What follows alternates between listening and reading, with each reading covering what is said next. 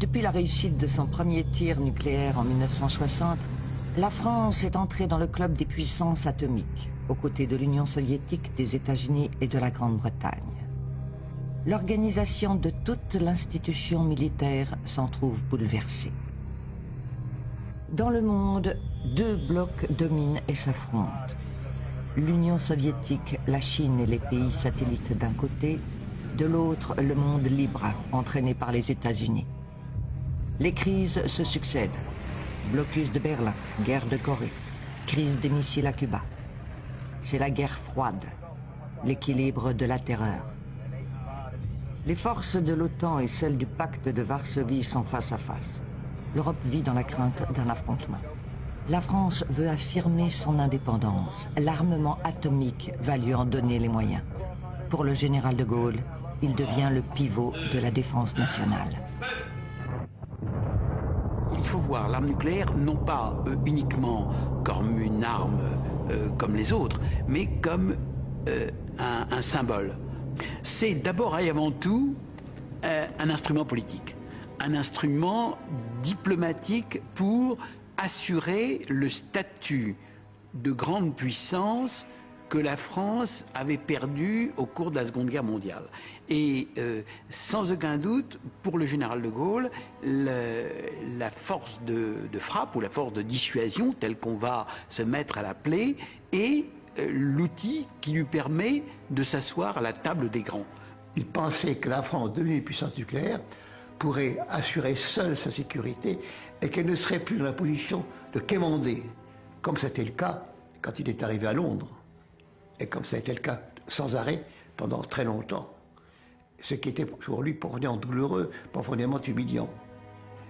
Je me rappelle que je lui avais exposé ma thèse de la dissuasion proportionnée, en lui disant que, étant donné que nous étions une puissance relativement mineure sur l'échiquier mondial, il suffisait que nous soyons capables d'infliger à l'adversaire une petite quantité de mal pour qu'il nous respecte. Et le général s'était écrié, j'ai jamais oublié cette phrase, « Vous avez raison, il suffit que l'on soit capable de leur arracher un bras ». Pour atteindre son objectif, le général de Gaulle réorganise de fond en comble une armée à peine sortie des guerres coloniales. Sous l'effet d'une loi de dégagement des cadres et d'un service militaire ramené de 27 à 16 mois, l'armée passe en 2 ans de plus d'1 million d'hommes à 500 000. Repliée dans ses casernes en Allemagne et en France, elle se lance dans l'aventure de la modernité. Attention pour les couleurs! Travaillez!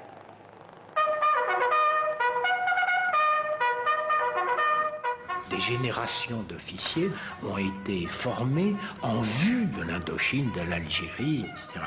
Et ils se trouvent assez brutalement ramenés dans une conception hexagonale contre un adversaire constitué et formé, lui, à une guerre moderne et une guerre nucléaire, à savoir donc les armées du pacte de Varsovie, dont le fer de lance, bien sûr, était l'armée soviétique. Les jeunes officiers comprenaient immédiatement que c'était une période qui était terminée, et on comprenait bien, déjà en 1960, que l'ère nucléaire était engagée depuis 15 ans. Elle s'était développée, c'était pas un fantasme, l'ère nucléaire, c'était concret. Alors, la transformation se posait d'une manière très simple. Eh bien, il fallait retourner à l'école. Et non seulement dans les écoles militaires, mais se refaire. Pour ma part, je suis retourné pendant 3 ou 4 ans en université, en école d'ingénieur, pour me transformer. Le commandement de l'armée française, s'adaptant, opère une sélection dans ses cadres et les envoie peupler les facultés, les grandes écoles, et on envoie des officiers à Sciences Po, à l'IEP, l'Institut d'études politiques de Paris, pour se parfaire aux relations internationales, pour qu'ils y comprennent quelque chose. Le prototype du combattant cesse de devenir le parachutiste qui roule les mécaniques, ça devient un penseur. Il faut toujours rouler les mécaniques, mais en plus, il faut avoir l'esprit bien fait. Avec la force de dissuasion, plus que jamais, le pouvoir politique affirme sa primauté. L'ordre d'engagement des forces nucléaires relève de la seule responsabilité du chef de l'État. Le général de Gaulle crée la délégation ministérielle pour l'armement, future DGA. Désormais, l'État exerce son contrôle sur l'ensemble du dispositif industriel de défense et oriente les dépenses militaires.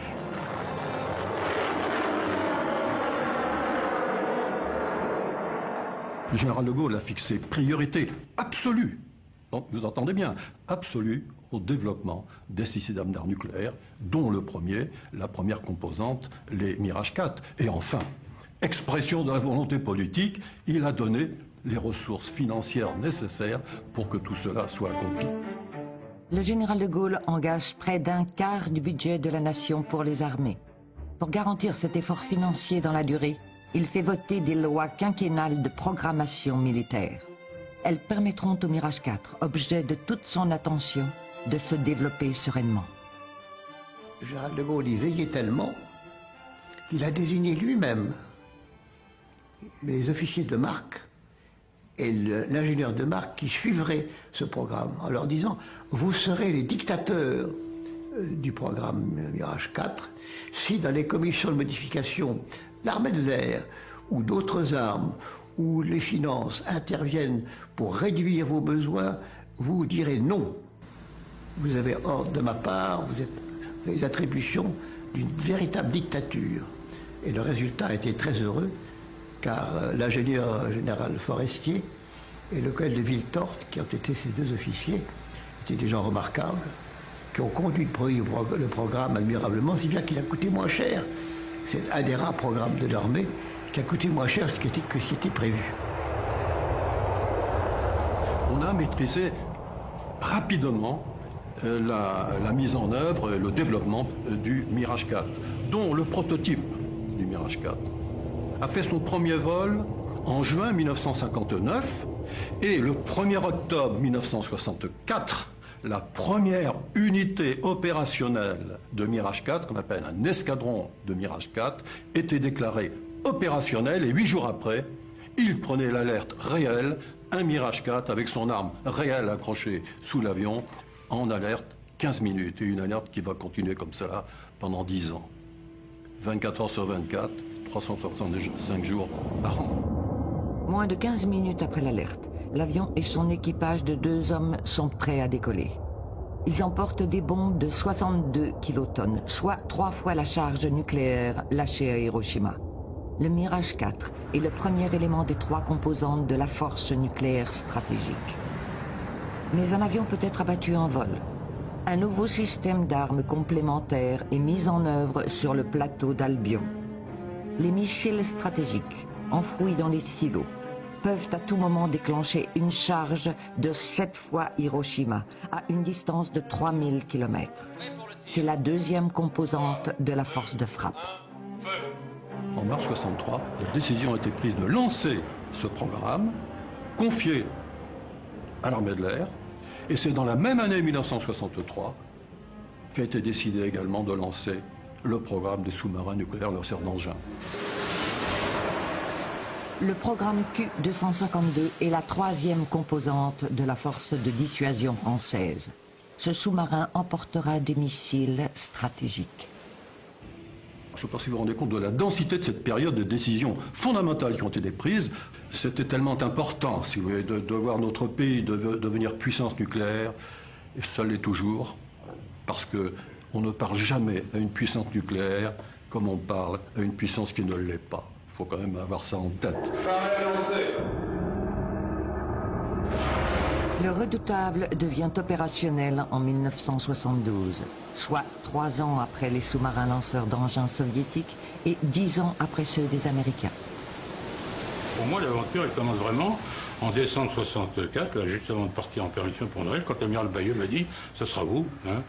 Pour l'instant, vous êtes prévu pour commander et suivre les essais et armer le Q-252. » Alors ça a été pendant 2 ans pour moi, trouver des gens, des officiers mariniers, faire le premier noyau, savoir quoi leur apprendre, etc. Et puis m'instruire moi-même. Les bons sous-mariniers du point de vue mécanicien, c'était des gens qui connaissaient bien les diesels. Ils n'étaient pas très forts sur la vapeur. Or, la machine qu'on allait avoir, au bout du réacteur, c'était quand même une machine à vapeur. Pour les électriciens, c'est un peu pareil. On avait des gens très forts en courant continu, parce que les sous-marins avaient des courants continus, surtout, très peu de courants alternatifs, et là, tout était passé en actif. Donc, il a fallu, dès le départ, que je prenne des sous-mariniers, que les envoie sur les bateaux de surface, faire de la vapeur. C'était passionnant. Et je dois dire qu'à cette époque-là, la direction du personnel m'avait donné carte blanche pour aller dans les fichiers de la direction du personnel, repérer les gens un par un. Ça a commencé comme ça. Et je me souviens d'avoir commencé sur un cahier d'écolier. Le sous-marin, quasi invulnérable, est la pièce maîtresse de la force de dissuasion nucléaire française. Ces missiles peuvent être lancés depuis des zones très éloignées du territoire ennemi. La France a désormais la capacité de se défendre seule en frappant tout azimut, conformément aux vœux du général de Gaulle.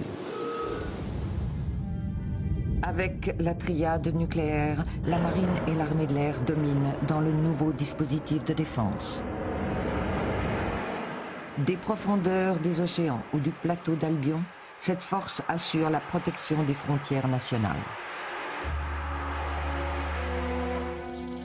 L'armée de terre semble rester à l'écart de cette formidable mutation technologique.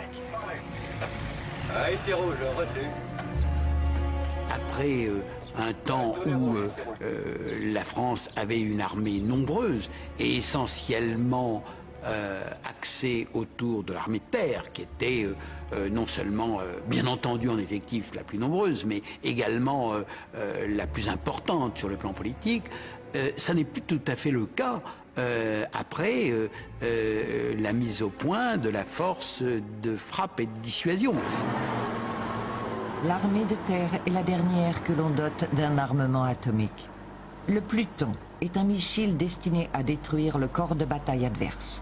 Il sert d'ultime avertissement avant le déclenchement d'une frappe stratégique plus puissante sur les villes de l'ennemi. Ne pas associer totalement l'armée de terre à cette dissuasion nucléaire comportait un risque, c'était qu'elle s'en désintéresse et qu'au fond, rapidement, elle se plaigne. L'attribution de cet armement nucléaire l'intégrait totalement dans le système. Et petit à petit, par la formation de nos techniciens, par la formation de nos spécialistes, eh bien, elle s'est sentie concernée. Tout le monde est venu le voir. C'est allé des généraux américains aux maréchaux soviétiques. Et il n'y avait aucune condescendance, aucune complaisance dans les appréciations. Nous faisions partie de la famille. Avec 200 000 hommes, 300 avions, 150 hélicoptères, 1200 chars et 500 pièces d'artillerie, elles sont prêtes à contre-attaquer, mais sous commandement national. La dissuasion, c'était bien entendu la dissuasion de l'atome, mais la dissuasion par l'atome supposait aussi que l'on démontrait qu'un début d'opération soviétique en Europe ne pourrait pas être en soi une promenade militaire. Il fallait aussi démontrer la détermination, et ça supposait l'existence d'une armée permanente aux effectifs très nombreux. On avait besoin de poitrine.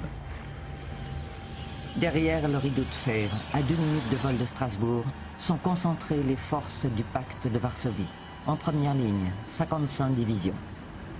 1 million d'hommes, 3 000 avions, 1200 hélicoptères de combat, 16 000 chars, 10 000 pièces d'artillerie. Des forces 2 à 3 fois supérieures à celles de l'OTAN. La guerre est possible. Le scénario de l'affrontement est d'ailleurs prêt. Si un pays envoyait à nos frontières une section en armes, avec des intentions hostiles, vous avouerez que la menace de riposte nucléaire stratégique contre ce pays n'aurait aucun sens. C'est bien évident, pour une menace aussi faible. On conçoit en conséquence qu'il soit nécessaire de réaliser à nos frontières ou devant celles-ci une sorte de digue composée de forces blindées, d'infanterie et d'une aviation qui est chargée d'appuyer ces forces, d'en assurer la protection et aussi de frapper avec les armes classiques dans un premier temps les forces adverses. si cette fameuse digue-là était sur le point de s'effondrer, il n'y a plus rien à faire, nous devions être capables, l'armée de terre comme nous-mêmes, de réaliser sur les forces adverses, et non pas au cœur du pays, sur les forces adverses, une frappe, tous les deux ensemble, hein, qui n'était pas renouvelable, une seule, de telle sorte que l'adversaire savait que, après ça, il n'y avait plus qu'une chose pour nous, c'était la riposte au cœur du pays. C'est-à-dire qu'il y avait un couplage extrêmement étroit entre ce qu'on appelle l'engagement de notre corps de bataille, cette frappe qu'on a appelée nucléaire tactique, qu'on a rebaptisée ensuite, peu importe, et la frappe stratégique. Les trois se tenaient étroitement. Le combat est prévu pour durer 7 jours. Après, c'est le déclenchement de l'arme suprême.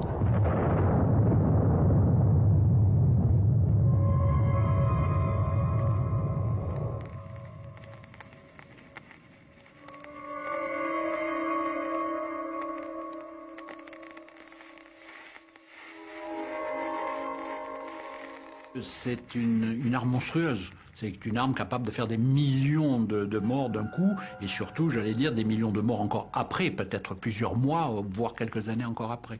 Donc c'était une notion quand même qui n'était pas si facilement admissible, pour des raisons éthiques, des raisons religieuses, des raisons morales, voire, j'allais dire, des raisons purement civiles. C'est-à-dire que les civils, tout d'un coup, découvrent qu'ils peuvent être eux-mêmes au premier rang des victimes. Il y avait des problèmes de conscience. Dans tous les officiers, j'en ai connu qu'un qui a refusé de continuer.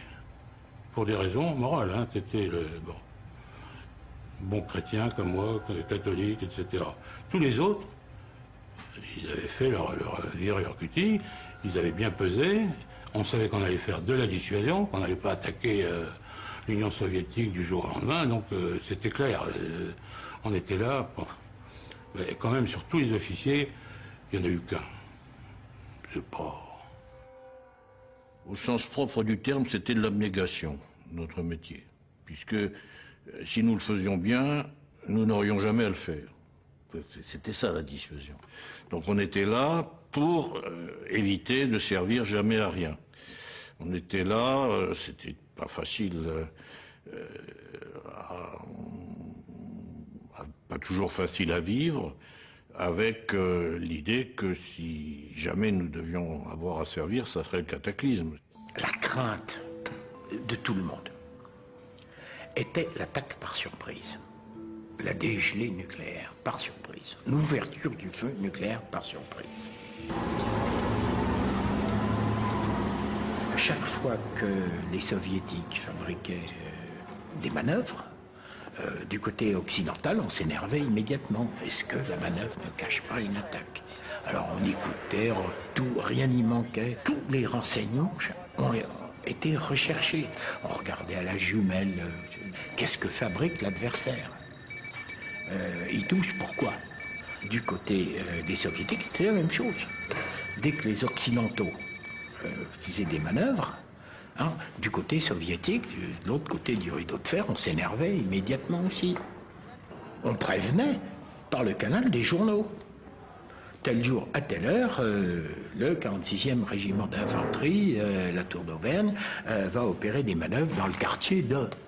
Alors, bien persuadé que les soviétiques, de leur côté, allaient le lire. Bon, et c'était du genre de pas de blague et pas d'erreur. Hein. Ce sont des manœuvres, hein. C'est pas le début de la guerre des nerfs.